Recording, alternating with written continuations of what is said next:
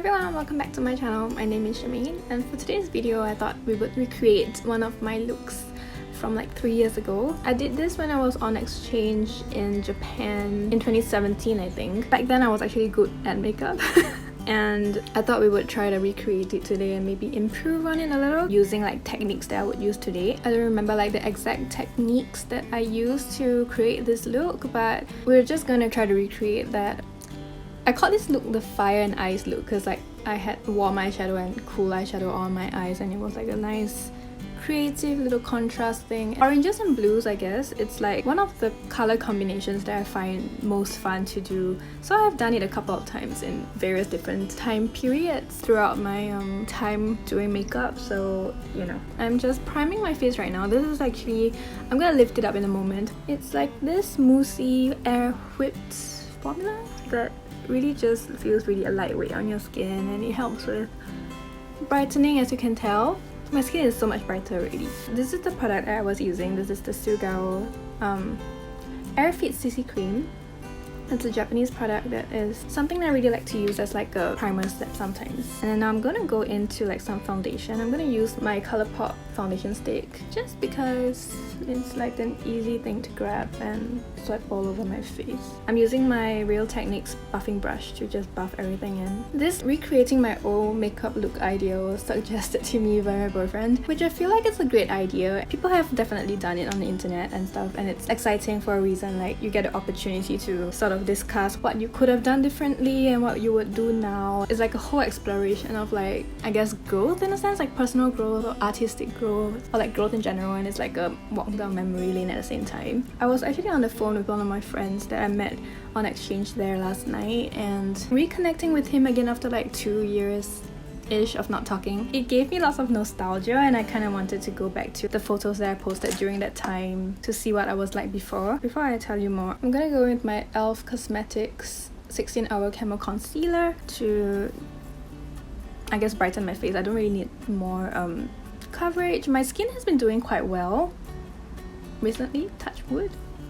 I hope it stays that way. I have one coming out right here, sadly, but that's just one. So I think we're on the road to recovery finally, and I can't wait for like fully clear skin again, just like I did 3 years ago. I don't know what happened to my body and why it started to act up and develop acne all of a sudden. I was already like a grown adult and stuff. So, you know, I've been dealing with this for like a couple of years now, and it's really sad, especially when I look back at my younger days, which honestly speaking, I wasn't that young anymore. Like, I was 22, but I started having like pimples the moment I came back from Japan actually. So like in 2018. Actually, before I go into my brows, I was thinking about how like I bought this Charlotte Tilbury Hollywood Flawless Filter thingy a couple months ago, and I kind of just used it once and never used it again. So I think today would be a good chance to, you know, test it out one more time. I was intending on doing like a separate video, like an update video on how I find this product at a later date, but I've not used this product since I did that video, since we weren't going anywhere, so I didn't really want to, you know, use something so expensive just to, you know, hang around at home and stuff. Although it's a bit counterintuitive since I would be doing it to create a video and stuff, but COVID has been tough on all of us. And I don't even think that it's like a invalid excuse for anyone anymore. It's like everyone should be more kind to themselves because of how COVID has been, like the whole situation in the world, like not just COVID, like everything that's been happening in the world recently. Knowing too much about like current affairs and stuff, like current events, it really brings your spirit down so much. And then for my brows, I'm doing the same thing with my Fenty Beauty Snap Shadows in number 7, which is Cadet. And I'm gonna be using these two colors, if you don't know already, to fill in my brows. When I was on exchange in Japan, it was a pivotal time for me in terms of like my artistry in a sense. It changed very drastically, like before and after I went to Japan. I was definitely very, very affected by how like I was experiencing Japanese culture and really being very immersed in Japanese culture, which when it comes to like fashion and beauty, it's always very modest, muted. Japanese makeup is more of like that no makeup thing, or like everything is just really very muted, very light, and very like focused on being pretty and still yourself. Most Japanese women and girls, they just always look so put together but not overly done and overly made up. And I didn't really meet people who wore a lot of makeup, or like one of those like Tokyo subcultures and stuff, people who wear a lot of makeup like in Harajuku and stuff. I don't really see those people anyway. So when I went to Japan, I was a lot louder, a lot more like the Instagram makeup sort of look. The super cut crease eyes, loud colors, and really bold looks every day. But as I continue living in Japan for like 5 months, it just really transited into like a really natural and really soft sort of aesthetic. By the time I went home, I was basically wearing very Japanese Korean-y makeup. I've been trying to find a balance between both right now, because like obviously I'm in Singapore. I get exposed to lots of different cultures on the internet. Locally, we don't really do a lot of makeup anyway, so like when I get exposed to cultures and like makeup styles, it usually comes down to like looking at Japanese Instagram or like American Instagram, Korean Instagram. So like I try to find a balance in all of those. I'm gonna go into my Tarte High Tides and Good Vibes palette. It's like a really cute little palette that has like this thingy in the on the packaging. It's a really nice palette. I actually really enjoy this palette a lot. I just haven't used it in a while because this is like a limited edition thing. I always buy limited edition things, even though it's like not the best thing to buy if you're running a YouTube channel, I think.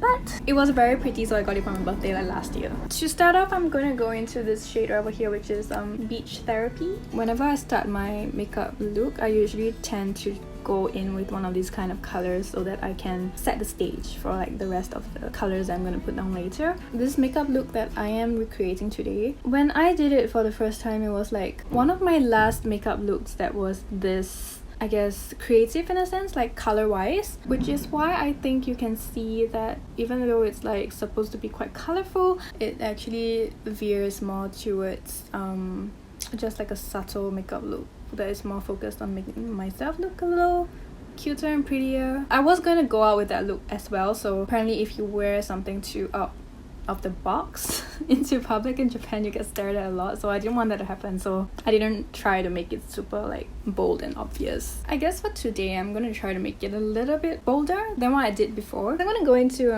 Aloha Beaches, this color right here with like a flat eyeshadow brush. So I'm patting this shade onto my outer corners right here. Not really focusing on blending yet, but I'm just trying to place down the color. And then once you think that you have the general shape down, you can start like kind of very gently, almost not touching your skin, like just run it over the edges to kind of blend it out a little. You can also use a fluffy brush with this. It's not really that important that you use a flat shaded brush. It's just something that I have on hand right now. You know, when it comes to thinking about my artistry in general and like how I view makeup in general, I've been through like a lot of identity crises throughout the years because of, you know, being so all over the place, quite literally. Going to Japan and becoming really involved with like Korean culture at one point in my life, it kind of really threw me off my my path a little. Like I became a little more unable to place myself somewhere. It's like while I did like having very pretty makeup to wear every day, I also at the same time felt really lacking in my content when I was creating them. So I've been struggling a lot this couple of years in terms of like creating content and like staying on track and, you know, like finding myself and all that. It's like my Instagram always takes a really big hit when it comes to all this like identity crisis with an ES that I've been experiencing throughout these couple of years. I feel like I'm coming out of that right now, which is hallelujah. I am so tired of like feeling inadequate and feeling like I don't know where I belong to and stuff, and it was really getting to me. But after tons of journaling and just being depressed in general, I think I've been doing a lot better. Like I found myself through like just, I think, mulling over it. I don't know if the things that I'm saying right now make sense to you, but it makes sense to me, and hopefully it makes sense to you as well, because you always hear people say things like, in your 20s you're meant to find yourself. I kind of really feel that quite a bit, which is pretty inconvenient if you ask me, but also at the same time I kind of treasure this because I know that when I'm older I will miss this, I guess, although it's quite painful to go through this right now. I mean, I guess it's a sign of aging. I am right smack in my quarter life crisis right now, so I guess that's why I'm like talking about all these things, especially when you're doing a video looking back at yourself when you were like young and innocent and you didn't know anything and you were just so excited about going overseas to like just be away from everyone for like 6 months, like in almost complete freedom. I was such a different person back then than I am now. Anyways, going back into my palette now, upside down, I'm going to go into this color right here, which is called Surf's Up. And this is a matte shade, which is not what I want, but I want to just put this color down for now. Actually, it's not really working out, is it?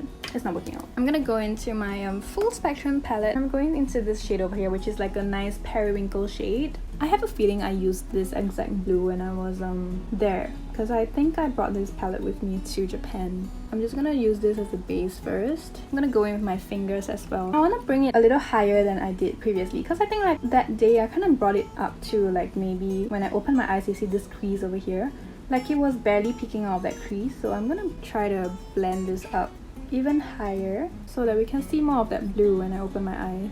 Going back into this shade over here with my fluffy brush, I'm just going to pack it onto these outer corners to kind of pack more of the color into the outer crease as well. I want to kind of just lightly bring this up higher, closer to my brow bones. And then I'm bringing out one of my color pigments from COLOURPOP. This is from the Kathleen Knight's collaboration. It's called the Crab. I haven't used this in such a long time. It's a really nice blue color that I think would go really well with this look.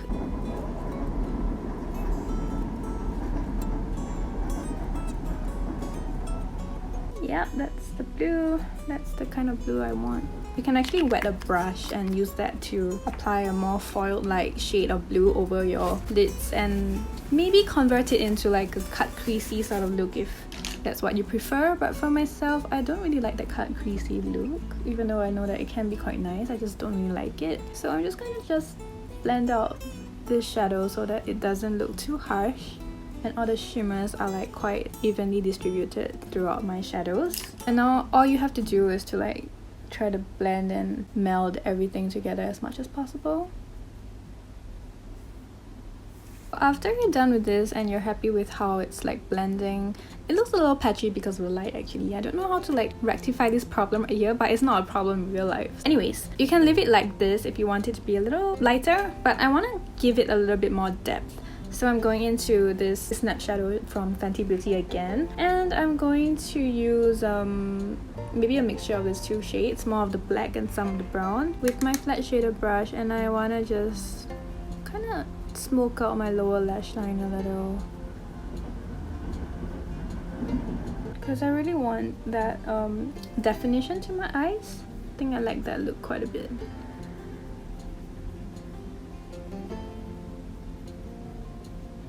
See, that's already such a huge difference as well.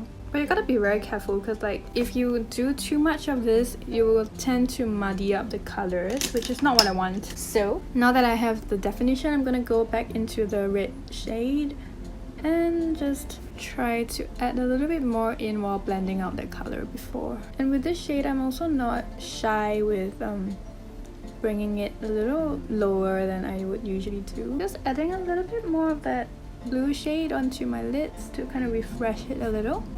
And I'm also going to put it here onto this inner corner area right here on my lower lids to brighten up the area, because thankfully this blue shade is really bright and really very pretty. So once we're done with this, I will go in with my black eyeliner and just line my eyes like I normally do. I had quite a thick black line going on there. I think that was one of my last times using black liner for a while. Like I think I went a whole year or so without even touching black eyeliner, because I discovered at that point the wonders of brown eyeliner, and the black liner look is something that I've only started going back into recently. I'm glad I'm back onto the black eyeliner train, because I don't know, when something's new again, it really feels really fun to use. Sometimes I wonder if like my life is just going to be like filled with different phases, just, you know, moving to and fro. I mean, I don't mind. It's just it'd be nice if someone can give me a warning so that I don't feel so bad every time. Black eyeliner just makes everything look so put together and perfect, which is something that I really didn't want at one point. That's why I wanted to use like more like browner, lighter eyeliners, because I really like that natural look back then. Also, I've been liking to like add fake lashes. Oh, that's too long. Help.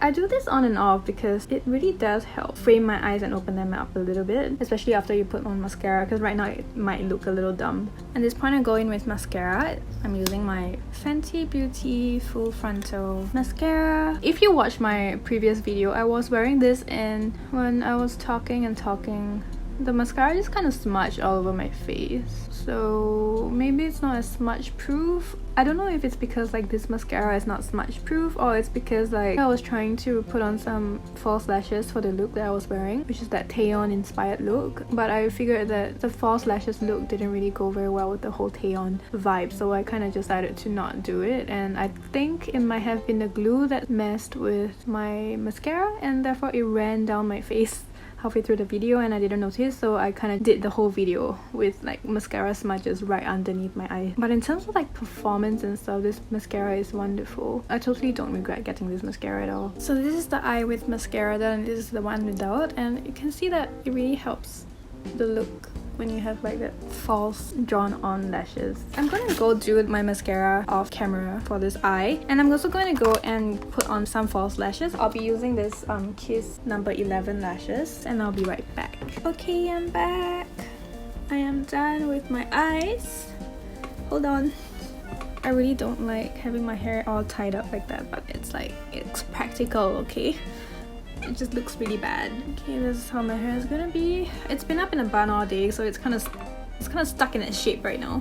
Like here on my roots. It always happens to me. Okay, anyways, this is like my eyes are done. So what I did was I put on my Kiss lashes. I kind of went over with like more black liner to like just camouflage the glue, and I also kind of put a little bit of like a nude pencil in my waterline so that it kind of opens up my eyes a little bit, because it was looking a little dark and closed off, and my eyes is like a little red and irritated from like all the things going on in my eyes right now. The nude liner is supposed to help the situation, although I don't think it's helping that much, but it does clean up the look a little, so that's great. Like, can you see?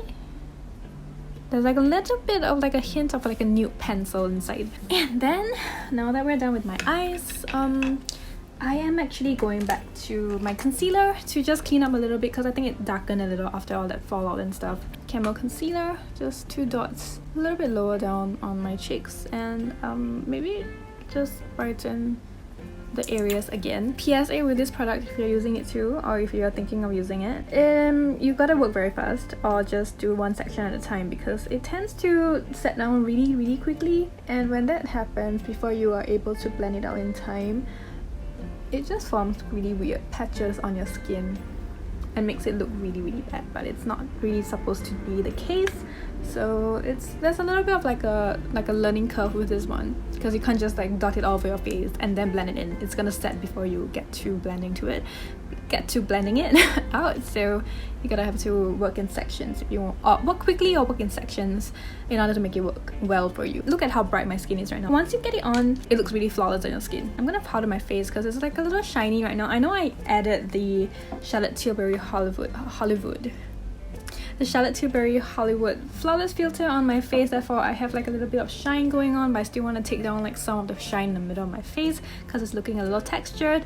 Not the fault of the filter at all, it's really just because my skin is textured. Anyways, I'm gonna use my Cezanne UV Clear face powder with my Cute Press powder brush. I'm just going to kind of set where I put the concealer, I guess. So in the T-zones around my nose, I'm trying to not powder down the cheeks area because that doesn't need powdering. Just, you know, around the front where it looks a little textured and weird if it's shining too much. And this powder I like a lot because it's not very matte, so it doesn't really just flatten my face entirely, but it does take away like excess shine, which is what I like. Once we're at this stage, it's time for all the straightforward steps of completing the look. Going in with my Too Cool for School art class by Rodin shading powder with my Mermaid Tarte brush thingy that I like to use.